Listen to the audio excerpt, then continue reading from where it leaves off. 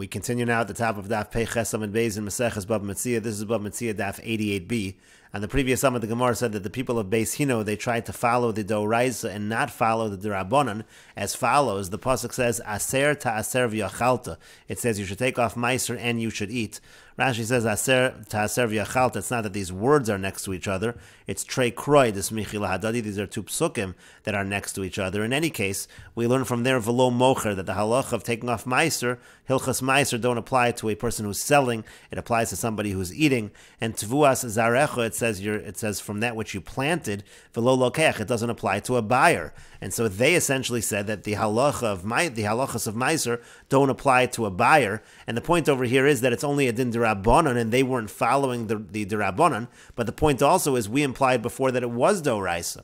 And so the Gemara says you're right. Ella rather mi derabanan. This whole halacha that a buyer is chayiv in meiser is a derabanan. Ukra asmachta bi'alma. And the pasuk is just an asmachta, is just something that we rely the halacha upon, but it's not really a source. And so that takes us back to the word kanafshecha, because before the Gemara said that the word kanafshecha was teaching that the halacha applies to a worker, that a worker is not like a buyer. A worker is not going to be chayiv in meiser when he's taking the food, even though a buyer is going to be chayiv. Now we're seeing that's not really true. A buyer is not chayiv on a doraisa level, so we need to find something else for the word kanafshecha. Ela kanafshecha l'mayasa. Rather, what is the word kanafshecha coming for? L'chidatanya. It's for the teaching of the following brisa. Kanafshecha, that the worker is like you. Ma nafshecha im chasamta pater. Just like by you, let's say you'd muzzle yourself, meaning to say, let's say the owner decides not to take the food. Obviously, the person is exempt. That owner is not going to be responsible for muzzling. Af poel, so to by a worker, im chasamta pater. If you muzzle the worker, you don't allow him to eat, the owner is going to be exempt. Now, what we mean over here is the worker is allowed to eat. If the owner doesn't let the worker eat, it certainly is going to be a violation of the positive commandment of the assay to allow the worker to eat. The question over here is there going to be any more of a violation? Maybe it would be a negative commandment, maybe it would be a chiyuv of malchus, and we're saying no, im chasamta, if you muzzle the worker, you're going to be exempt at that added level. And Rashi explains, Ela kanafshecha l'mayasa, what is the word kanafshecha coming for? Hoel v'gabe lokeach nami poter, poel lamali kra. Since by a worker, since by a buyer, we're saying on a doraisa level is already an exemption from meiser. So what do we need the pasuk to say a poel is exempt from meiser? It should be obvious. And so the Gemara says what we need kanafshecha for is im chasamta, meaning to say if you muzzle, kitzatz the damim shelo lechol b'chazaka. Let's say you say that you're going to pay the worker money, he shouldn't eat, or you force him that he can't eat. Pater milah. There's going to be an exemption from the lav of lo sachsom, v'lo seilaf minol lechiyuva mikal v'chomer. Otherwise, you would have learned lo sachsom from a kal v'chomer. Lo sachsom is really referring to an animal. So why would we even think that it refers to a worker? That's going to be from a kal v'chomer. Kedal kamon, as we'll see further on, you might have thought to make that kal v'chomer, and that's what we're saying. Kanavshecha. There's no lav of lo sachsom when it comes to the worker. And the Gemara continues. Mesav Marzutra. Marzutra asks the following question, and this is from the Mishnah in Maisros. This question is on the opinions we had earlier, that Rabbi Yanai said that the chiyuv of meiser only happens when the produce is brought into the house, and Rabbi Yochanan says it has to be brought into the chotzer. And in this Mishnah it says, Ezu gornon l'maisros, what's considered the gemar melacha when it comes to meiser b'kishum u'v'diluim, when it comes to cucumbers and gourds. And the Mishnah says, Misha yifkesu, it's when the blossom is taken. V'yomer Rabbi Yasi misha yinotel pikes shalahen. Rabbi Yasi says it means when the blossom is taken from them. And so my lav is it not Misha yifkesu afilu b'sadeh. We're talking about when the blossom is taken even in the field. Apparently it doesn't need to enter into the chutzner or into the house. And the Gemara says, Lo no misha yifkesu b'bayis. We're talking about when it is taken in the house, but the food does need to be brought into the house. And Rashi explains, Ezu Gornan Shal Peiros Lamaisras She'ekare Goren, that it's called Goren, that it's the threshing floor, the granary, or Gemar Malacha. The point is it's called the Gemar Malacha, Lesser Ben Achilas Arai, that one is not allowed to have a temporary eating, meaning to say there's an obligation in Meiser from this point in time. Misha Yifkesu means Misha Yinotel Pikes Shalahen, when the blossom is taken from them, V'hu Perach Agadol Barosho, that refers to the blossom that grows on top of it, V'dovakbo, it's attached to it, Ulachar Zmanu Nofel Betalish, and after some time time it falls off after it is detached. In any case, the Gemara initially thought even in the field, and the Gemara says, no, we're talking about in the house. But the Gemara continues, if so, Misha Yifkasu, it shouldn't say Misha Yifkasu, Ad Yifkasu mi boile. The language of the Mishnah should be Ad Yifkasu. Rashi says, Ad Yifkasu mi boile, Hoelu lashmin and asa da'af bayis eno koveya. If the whole point of the Mishnah now is to say that even when it's brought into the house, it is still not established to be chayiv and meiser. Ad yifkasu hachi iboile lemisi. So then it should have said, when it's brought in the house, it's not enough. Ad yifkasu. V'hashda detanya misha yifkasu. But when you say the word misha yifkasu, lashmin and asa de misha yifkasu nischayivu b'chol makam shein. That sounds like we're saying that from when the blossom is taken, no matter where it is. If you're saying, if the language of the Mishnah is Misha Yifkasu, that sounds like from that point in time, even if you haven't brought it into the house. But if we're now interpreting the Mishnah that you brought it into the house, it should have said Adshi Yifkasu. Even the house is not enough until you take off the blossom.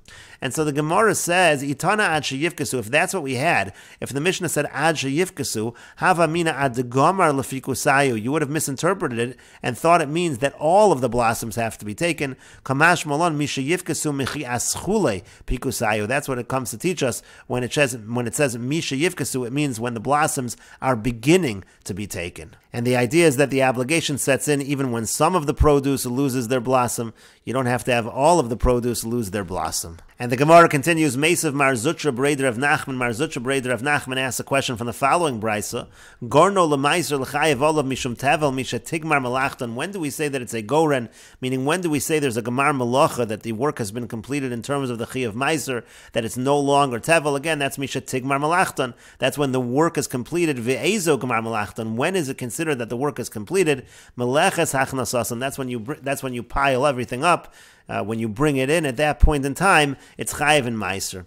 And the Gemara says, my love, is it not hachnasasan afilu besad? Hachnasasan means that you pile it up, but even out in the field. Again, it's a question on Rabbi Yanai and Rabbi Yochanan. Rabbi Yanai saying you have to bring it into the house. Rabbi Yochanan saying you have to bring it into the chotzer. And the Gemara says, lo no hachnasasan lebayis zehu gemar malachtan. It means exactly what we said above. You have to bring it into the house. That's the gemar malacha. That would be according to Rabbi Yanai. Again, according to Rabbi Yochanan, the same idea. You have to bring it into the chotzer. And the Gemara continues by saying, if you want, I could say an entirely different answer. Kikama Rabbi Yanai, when did Rabbi Yanai say that the produce has to be brought into the house, and Rabbi Yochanan said it has to be brought into the chotzer? That's bezeisim ve'anovim. They were saying that specifically by olives and grapes, the lav b'nei goren ninu, because those you don't bring to the granary at all. Aval chitinu sa'oren, but when it comes to, let's say, wheat or barley, goren behed yaksibbe. So there, it says the word goren explicitly. It talks about a granary, so there it does not have to be brought in, even according to Rabbi Yanai and according to Rabbi Yochanan. It doesn't have to be brought into the house or the chotzer. It's sufficient if it's piled up in the granary. And Rashi explains, my lav besada, when it talks about hachnasa, doesn't that mean piling it up in the field? Umay hachnasaso tzviraso va'asifaso lekri. Initially, the Gemara thinks hachnasaso doesn't mean to bring it inside, to enter it in. What it means is to pile it up, to gather it into a pile. L'shum kinas. That's what hachnasaso means. Hachnasaso means it's like a lashon, it's like a language of kinas, of gathering. And the Gemara then said, lo, no, hachnasaso lebayis. It actually literally means entering, to bring it into the house. V'lashon kanisahu. It's a language of entering. That was the first answer. And then the Gemara said, Ki kamer Rabbi Yanai debayos koveya. Could be that Rabbi Yanai's whole statement that it has to be brought into the house, that was by novim v'zeisim, that was by grapes and olives. Ha'omdim la'achila, meaning those you're bringing them in to eat. V'yafhein b'chlal tvua. That's all. They're also called tvua, even though it's grapes and olives. They can be referred to as tvua. U'maiser shelahen min haTorah. The obligation of maiser by grapes and olives is midoraisa. V'came in the lab b'nei goren ninu. Since those are not items that are generally brought to a granary, knisas labayis kovasan she'ein lahem kviyas acher, bringing them into the house is what establishes the obligation of meiser. That is the kviyas for them. They don't have a different kviyas. Aval chitin, but let's say you're talking about something like wheat. V'hadamer bi'alma gabe chaver shemeis v'niach megora malaya peros meikara emor delo tavel kraboshia da'amar adam marim al tvuaso lesle haite rutza ela afila b'chitin usoranami amar Rabbi Yanai. Rashi just points out that which we say in other places. We say, for example, in Meseches Pesachim, it says if you have a chaver that dies and he leaves over a bunch of produce, And so the Gemara over there said that we'll say that maybe it was not Tava like Reb Oshia, because a person says, because Reb Oshia says that a person can be marim al tvuah, so he won't bring it into the house, and therefore it's not going to be obligated. The point is that the Gemara over there in Mesechet and stated in other places is implying that even by wheat and barley, the obligation actually only happens when it enters into the house, let's say according to Rabbi Yanai. And so those Gemaras, Rashi points out, those Gemaras say that Rabbi Yanai made his statement even by wheat and barley, and here in this Gemara, at this particular point in time, we're saying maybe Rabbi Yanai did not say what he said, maybe Rabbi Yanai's statement did not apply by wheat and barley. Essentially, that Gemara in Mesechet does not go like this particular answer. And the Gemara continues, Eshkechan Adam b'mechuber. So we find that a person, when he's working in the field, he's allowed to eat that food which is attached to the ground. V'shor b'talish, and we also find that an ox, when he's working, he's allowed to have the ox is allowed to have the food that's detached from the ground. And shor b'talish is lo sachsom shor b'disho. That's exactly the pasuk we quoted above, that you're not allowed to muzzle the ox. So we find psukim about a poel when it's attached to the ground. We find psukim about an ox when it's detached to the ground. Adam b'talish minolin. So first of all, how do we know that a person can also have food that is detached from the ground? And to that the Gemara says kal v'chomer mishor, that we can have a kal v'chomer from an ox. Uma shor she'eino ochel b'mechuber ochel b'talish, if an ox which does not eat food which is attached to the ground can eat food which is detached from the ground. Adam she'ochel b'mechuber eino din she'ochel b'talish, a person who can eat attached to the ground food can also eat detached from the ground food. But the Gemara says ma'ala shor she'kenat ha'metzuva al chasimaso. But when it comes to a shor is unique. There's a command that has to do with muzzling. We find such a command. Tomar ba'adam she'iyat ha'metzuva al chasimaso. Whereas you should say by a person where you don't have that command in terms of muzzling a person. And the Gemara says to that, well, v'yehei adam metzuva al chasimaso. Well, why not say that by a person there is a command? You're not allowed to muzzle the person to prevent him from eating. Mikal v'chomer mishor. We should make a kal v'chomer from shor. Umashor she'iyat ha'metzuva al hachayosu. Because if by an ox, who you're not commanded to allow an ox to live, there's no pasuk of v'chai that applies to an ox. Let's say you have oxen that are just unowned. We're not mitzuva to keep them alive. Ata mitzuva al chasimoso, but there is a command you're not allowed to muzzle an ox. Adam shata mitzuva la achayoso. When it comes to a person, you're mitzuva to keep people alive. It says v'chei achicha imach. You have to keep your brother alive with you. Eino din shata mitzuva al chasimoso. So there should be a kal v'chomer. We should say that there's a command that you're not allowed to muzzle a person. This is what we mentioned earlier that we learned from kenafshecha. Amar kra, the pasuk says kenafshecha. It says that the worker is like you. Kenafsho shel poel, like you is like the worker. Ma nafsho im chasamaso potter, just like yourself. If a person muzzled himself and didn't eat, of course there's an exemption. There's no prohibition that was violated. Af poel, so too when it comes to a worker, im chasamto potter. If the worker is muzzled, there's going to be an exemption. Meaning to say again, there's a positive commandment that the worker can eat, but there is no negative commandment. There's no lo sachsom that applies to the worker. But the Gemara then says, if it's true that there is a prohibition of muzzling by the ox that does not apply by the worker, so then we're back to what we originally said. We cannot learn out a worker from an ox in terms of talish. You can't say just because an ox can eat talish, so therefore a person is able to eat talish, because again, an ox is unique. You can't muzzle the ox, whereas that prohibition doesn't apply to the person. And so the Gemara goes back to that question, V'yala adam b'talish minolan, where do we know that a person is allowed to eat the detached food? Amar Kratz, because the pasuk says, kama beis pa'avim, it says kama twice. Emeino inyan la'adam b'mechuber, if you don't need to apply it by a person by attached food, which already we said that he can have, teneu inyan la'adam b'talish, then you can apply it to a person by detached food, that he's allowed to have that food. And the Gemara continues, Rabbi Ami says, adam b'talish lo tzarich, you don't even need a pasuk for a person by detached food. Ksiv kisavo b'kerem reyacha, because the pasuk says that you come into the vineyard of your friend. Milo askinan, aren't we talking shesacharu lekasef, that he hired him to carry it? He hired him to carry it on his shoulder like a porter, meaning it's detached. V'yamar achmana leichol, and the pasuk says he's allowed to eat. And so we see again the person is allowed to eat the detached food. And Rashi explains shor b'talish, again an ox is allowed to have the detached food. Lo sachsom shor b'disho. It says that you can't muzzle the ox while he's threshing. That's talking about detached food. She'eno ochel b'mechuber, there's no, that the ox does not eat attached food. Kilomar delo eshkachan le'behedya. The point is we don't find an explicit pasuk that the ox can eat from attached food. That's the point of that. So when it comes to a person, you have to keep him alive. It says you have to keep your brother alive with you. You have to provide for him. Kama, it says the word kama twice. Kisava b'kamas re'echa, al kamas re'echa, it says it twice. And finally, the Gemara said, according to Rabbi Yami, lekasef, aren't we even talking where the worker is carrying it on his shoulder? Losei sa'anavim, he's carrying the grapes. V'chaver of Botzrin, and his friends are the ones that are gathering it, that are harvesting it. Dahavim malachto betalish.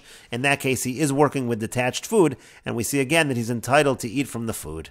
And the Gemara continues, shor b'mechuber minol, and where do we know that that an ox can eat from the mechuber, from the attached food? Again, as we said, there's no explicit pasuk, so where do we learn it out from? Kal v'chomer me'adam, we make a kal v'chomer from a person who ma'adam sheno ochel betalish, ochel b'mechuber, if by a person who there's no explicit pasuk that he can eat from detached is allowed to eat from attached. Shor she'ochel betalish, eno din she'ochel b'mechuber, an ox which is allowed to eat from detached certainly should be able to eat from attached.